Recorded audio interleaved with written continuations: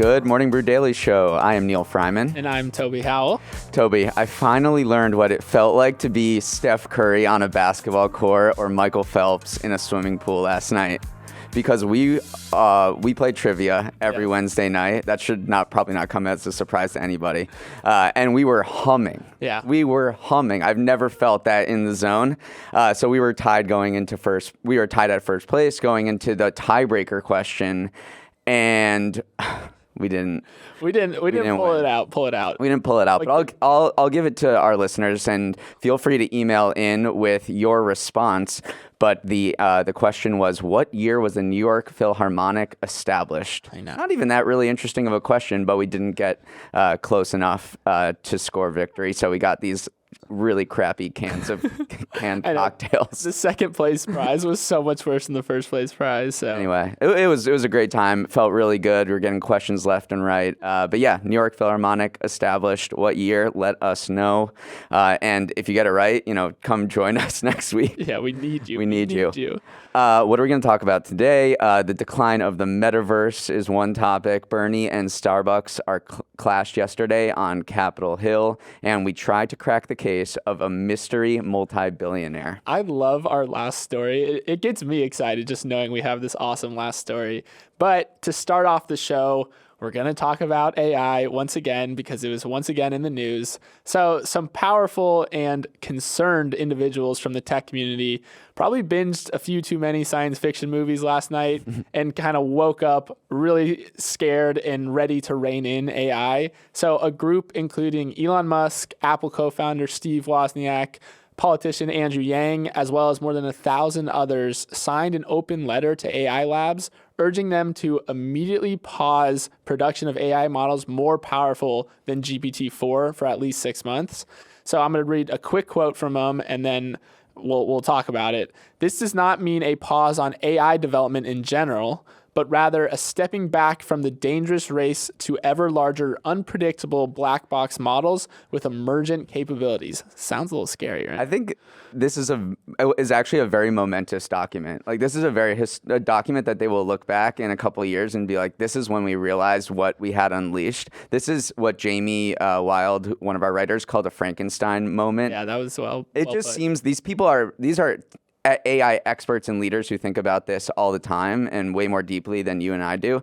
And they are saying we literally can't do any more development of large language models past where we are now because we will be stepping into the abyss. Yeah. That's just crazy to think about. They were saying we literally can't work on this any longer until we figure out, like Trump said, what the hell is going on. Right.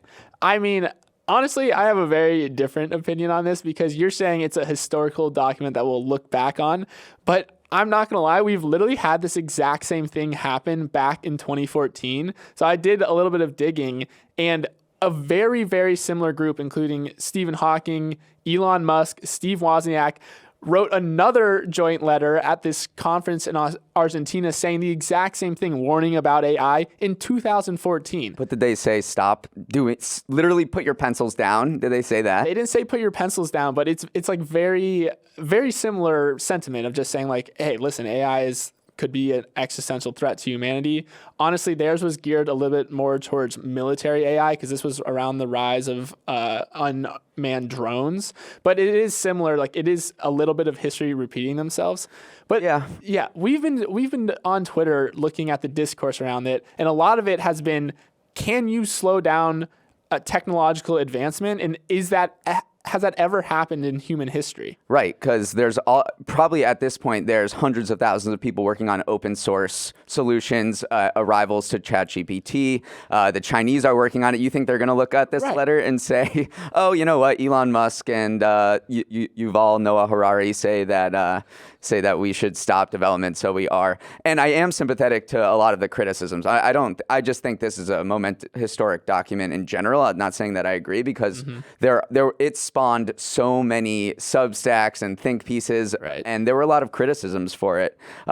Many of them focused on the fact that this that this letter focused on very far out existential questions when there are actual practical things that we need to fix right now. And they didn't discuss that. Things like transparency in what these language models are being trained on.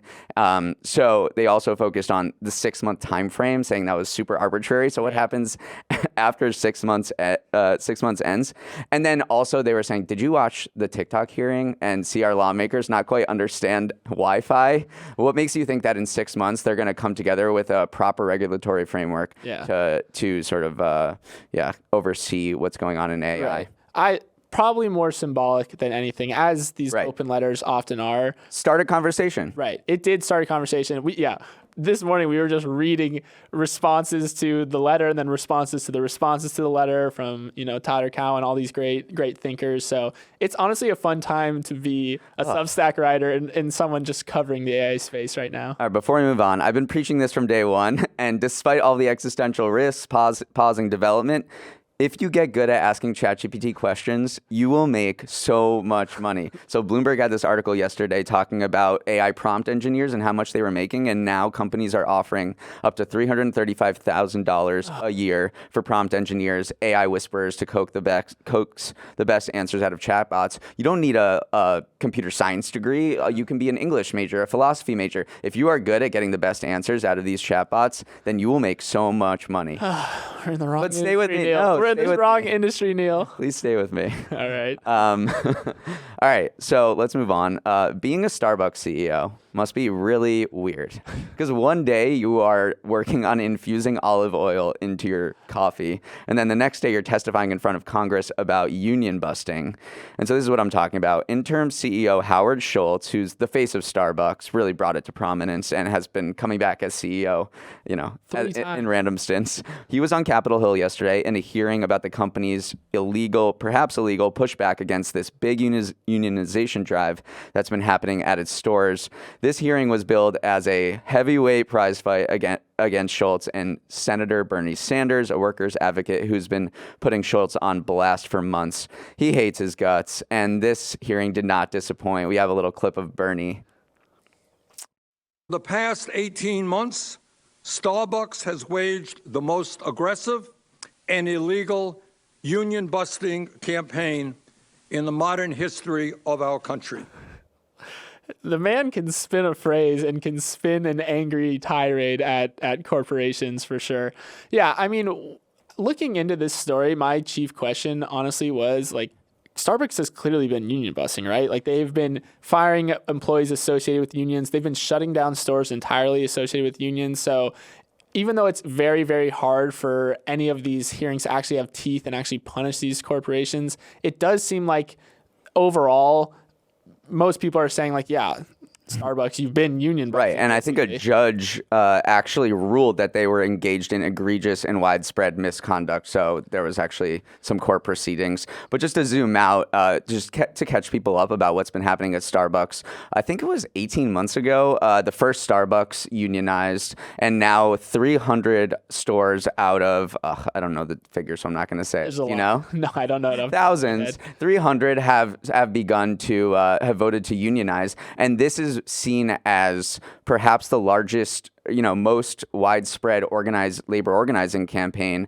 in the past few decades that we've seen. And Starbucks has sparked different organizing campaigns at Trader Joe's, at REI, at various other retail outlets. So it was seen as sparking, a broader conversation around unions. And the Starbucks CEO Howard Schultz pushed back, obviously, and he said, "Look, we are a really good employer. We pay our workers $17.50 an hour, and then with benefits like free tuition at Arizona State, paid parental leave, stock grants, it amounts to $27 per hour." So it's better than minimum wage. That was kind of his main point. Is right. Hey, listen here, we're doing better than most of you, talking to the senators, are doing for your constituents in your state, and that we're paying them above minimum wage. So yeah, obviously he's gonna fire back and say we're treating them well. Schultz got a lot. So the Democrats were hammering Schultz at this hearing, and the Republicans were coming to his defense. And actually, one of the Republican senators got into it with Bernie on a really kind of funny exchange about Bernie's wealth. And I think you got an all-time record here. You've made more misstatements in a shorter period of time than I have ever heard. Please correct Well, me, if I'm because worth it's $8 all million, public. excuse me. It's all public. Excuse me. Yeah, go ahead. All right? Excuse me. Yes, sir. If I'm worth $8 million, that's good news to me. I'm not aware of it. That's a lie. Sometimes it feels like he's doing an impression of the SNL impression of himself. You know, he was just like, I got to get this line in. He was very excited to get that last line in. I think he is pretty wealthy. Yeah, I mean, senators are always a little wealthier than they let on. But yeah, that's unionization. I will say you touched on the fact that Starbucks is kind of inspiring this unionization movement. Just to zoom out even further, interest in unionization is kind of at an all-time high. 1 in 10 workers in the U.S. is a member of a union, and the number of unionized workers grew by approximately 200,000 in 2022. So yeah, it's definitely growing fast. Yeah, but I think that might be public unions, because union membership rate among private sector workers fell to 6%. Which is a record low in 2022 from 6.1% in 2021. So overall, I just came with some data to just shut you down right there. So maybe Starbucks needs to be like a public sector business. It's another thing where you see a lot of headlines about something, but actually unionization rates are going down. And you see, compared to what's happening in other countries that we've seen recently, with France's unions kind of paralyzing the country, and then what happened in Israel this Monday when the union called for a strike, there's just union power has absolutely rapidly diminished from the 1950s to now. There's unions for you. A nice roast sesh of the Starbucks CEO. Had to get that line in there. God. Okay, Neal, I'm actually going to steal a Wall Street Journal headline here to introduce the next story, because frankly, I wasn't coming up with anything better. So I'm just going to read it. The Metaverse is quickly turning into the Metaverse. I think you could have come up with something better. I know, but I liked it. And the MEH-verse, it was good. So shout out to the Wall Street Journal for that. So the big thing driving the news is that Disney has been conducting these rounds of layoffs, and one of the casualties has been its entire Metaverse division. And it's far from the only company kind of pulling back from the Metaverse. So Microsoft shut down the social virtual reality platform that I bet you never knew existed back in 2017. That was a power user. I know. And then even Zuck, who literally renamed the company Meta, is focused way more on AI in his latest earnings call than the Metaverse. So, Neal, I know this pullback from the Metaverse doesn't exactly surprise you. No, because do you remember that they called for a 6-month pause on Metaverse development? Oh my gosh. No, they did not need to do that because it was slowing down. It is striking to have these stories back to back. Yeah. No, this is, to me, it's further proof that the Metaverse was just a low interest rate phenomenon. And then when the Fed hiked rates, tech companies had to do some belt tightening, and they looked at, they spread out their papers and they're like, okay, let's examine all of the business units and see how they're performing. And then they looked at this one particular one that was called the Metaverse, and it was like, well, okay, we're spending $2 billion on this. It's bringing in absolutely nothing. Yeah. The fruits of our labor here might not be seen for another 10, 20 years.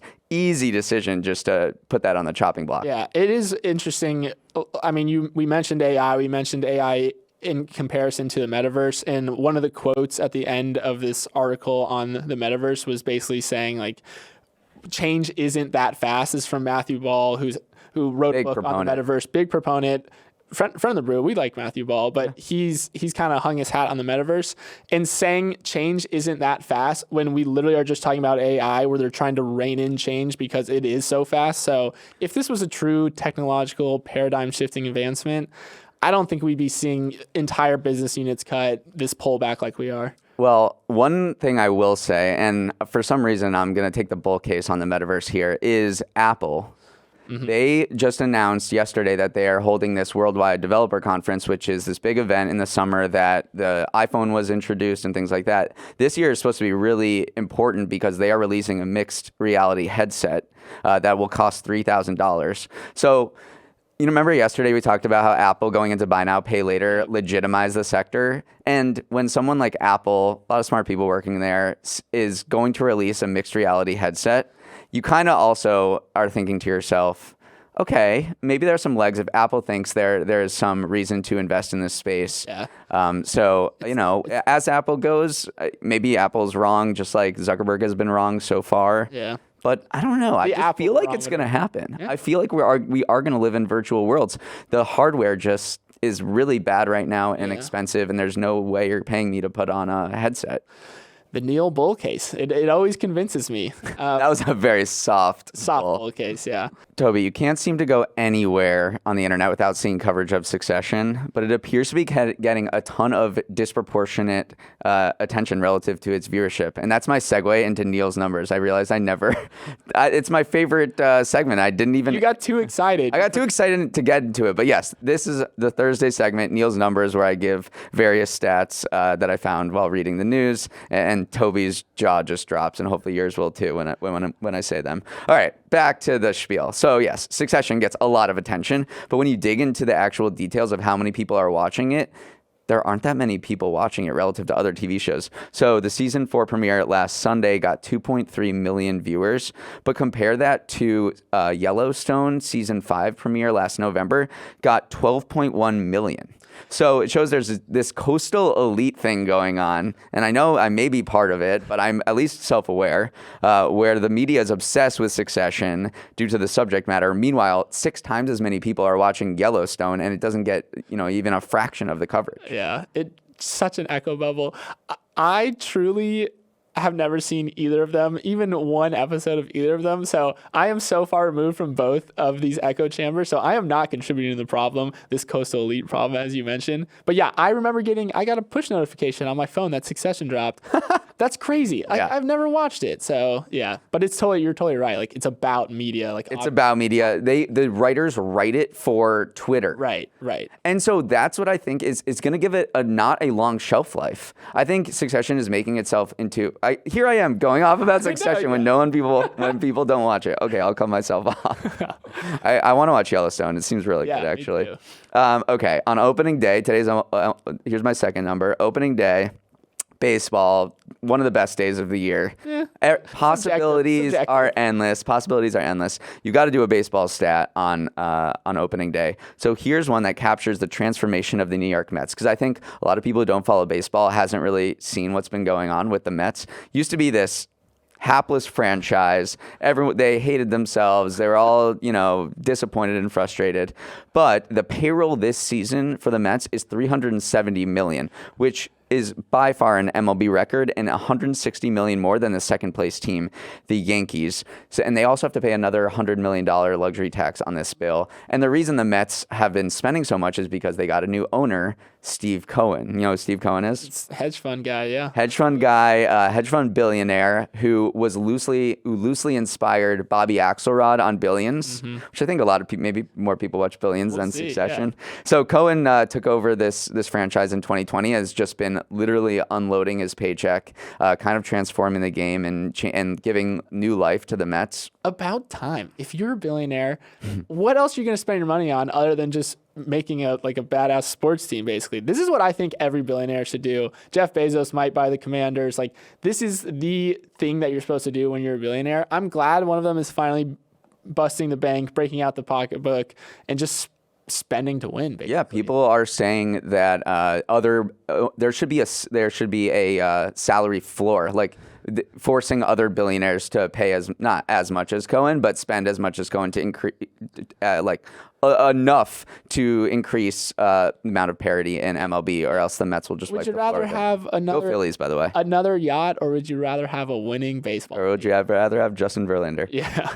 All right, number 3, egg prices. Remember when all we were talking about was not AI, but was soaring egg prices? We recently learned its effect on the companies that sell them. Turns out high egg prices were pretty good for business. Cal-Maine Foods is the largest egg producer in the country.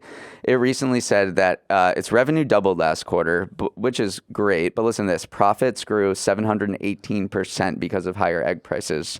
So egg prices were $3.30 in the quarter ending February 25, and that was about double the average a year earlier from $1.61. Oh my gosh. 718% profit. I don't think That's like chart breaking. That's the AI version of eggs. AI eggs somehow came to the egg business. It reminds me of Aramco, the oil company that just recently scored 161 billion in profits because of higher oil prices. Kind of the same thing going on. Yeah. All right, let's move on. I can't believe I butchered the opening to that. I will do a good job with this next story. Toby, I know you're not, but if you're an 18 to 35-year-old dude living in the UK who likes to party, Amsterdam does not want you. So the city is rolling out an online ad campaign called Stay Away. Very clear messaging. It's urging young British men to book their next stag party, which is what the Brits call a bachelor party, in another city like Scottsdale. It's doing this to fight what it's saying is hordes of British lads coming into the city for sex and drugs, and they end up peeing in public, getting into brawls, and just being super annoying for local residents, singing "You'll Never Walk Alone." I know. That's such a funny detail. This ad campaign was hilarious. It was so over the top. Like, the music behind it made it seem so epic. It shows a guy like getting put into jail, and it's so interesting because they're basically saying, stay away, do not come to our country, which is odd for a city that relies on tourism. Yeah, they're just so swamped. They're slammed. It's over tourism is the issue. They actually called it over tourism. Around 20 million visitors visit the city every year. That is a lot of right, and I think the population's 800,000, almost 900,000. So yeah, if you go to Amsterdam, you're more likely to bump into a tourist. I just think this is a misguide. I think the tone is wrong. Yeah. It's a little misguided because you're just creating animosity between British fans. British people, but like Brits are going to come to your country at some point because maybe you're hosting the World Cup or England's playing the Netherlands in Amsterdam, and then you think they're going to be nice to you and they come in. Right. I think they're just going to run train. Final note is that it's very similar to what's playing out in Miami right now. I don't know if you've been paying attention because it's the different other coast of Florida than you grew up on, but Miami after spring break has been super violent. People have been killed, and the Miami Beach mayor is like, we're going to just have to stop spring break from happening. Yeah, I've been there. During spring break, we were there together a few years ago. Oh yeah, it's not fun. It's just like carnage inducing. So I'm on your side, Amsterdam. All right, Neal, that was a fun story, but I have an even more fun story to end it. This is actually involving the IRS, which I don't think anyone has said the words fun story IRS on a news show before, but we're going to make it happen today. So basically, there's this guy who was working at Penn Wharton as a budget analyst who spotted this massive tax bill in the U.S. Treasury's daily reports of government transactions. So on February 28th, there was a deposit of $7 billion in the category of estate and gift taxes. And we're about to toss a chart up for our YouTube viewers that shows just how big of a outlier this was. We'll also tweet it out if you want to check it out if you're listening on the pod. So basically, everyone's like, how does this happen? Like, how do you have a tax bill that's this large? And essentially, it's an estate tax, which happens when someone's estate is passed on after they have died. So everyone's like, which billionaire died? Right. Like, who was it? And so, Neal, who do you think, what billionaire? They probably had to have a net worth of $35 billion to have a tax bill this high. So what are your thoughts? Right. So they paid that tax. They have to have $35 billion. So I was looking up all of the billionaires who, are worth about that much. I found a couple. So the industrial tycoon Scrooge McDuck was worth $44 billion in 2011. So this could be what he's leaving to Donald. Maybe, he wrote down some assets. Then we got Daddy Warbucks from Annie is worth $36.2 billion. I don't know what he's been up to, but definitely in the same range. And then Smaug from Lord of the Rings is worth $54 billion. The dragon? You said he's not a dragon. Oh, he's a wyvern, actually. Yeah, you're right. Yeah, so Smaug the wyvern. Yeah, wyvern. He's worth $54 billion. Who knows when he accumulated his fortune? Inflation could be hit. He did not, put his assets in the right place, and he could be down to $35 billion. So those are my three possibilities. Do we have any sense of who it is? I know. Honestly, it's not as exciting as the three that you just mentioned, but the one option that we truly think it may be, I'll let you take because my voice. Oh my God, what happened? I don't know. I got a little something in my throat. I think it is Sheldon Adelson, who is this crypto magnate, casino magnate. I hope Toby's okay over there. So they think it's Sheldon Adelson who died in 2021. He was a big Republican mega donor and helped make Vegas what it could be, or what it was over the past few decades. Good? I think I'm good now. Well, at least we're done with the show, so you can just go Take us grab home. water. Take us home, Neal, please. All right. Thanks for joining me, Toby, and for everyone on listening and watching. Make sure you email us at morningbrew@morningbrew.com. We got some great emails. Keep them coming. As always, major kudos to our team in the control room. Super jazzed for opening day. The show's producer and editor is Emily Milliron. The show's technical director is Lonnie Fiskus. Our supervising producer is Bryce Beloff. Our amazing audio engineer today is Kelsey Jones. Hair and makeup got signed by the Mets. Devin Emery is our chief content officer. Our show is a production of Morning Brew. Great show today, Neal. Let's run it back tomorrow. Great to hear your voice again.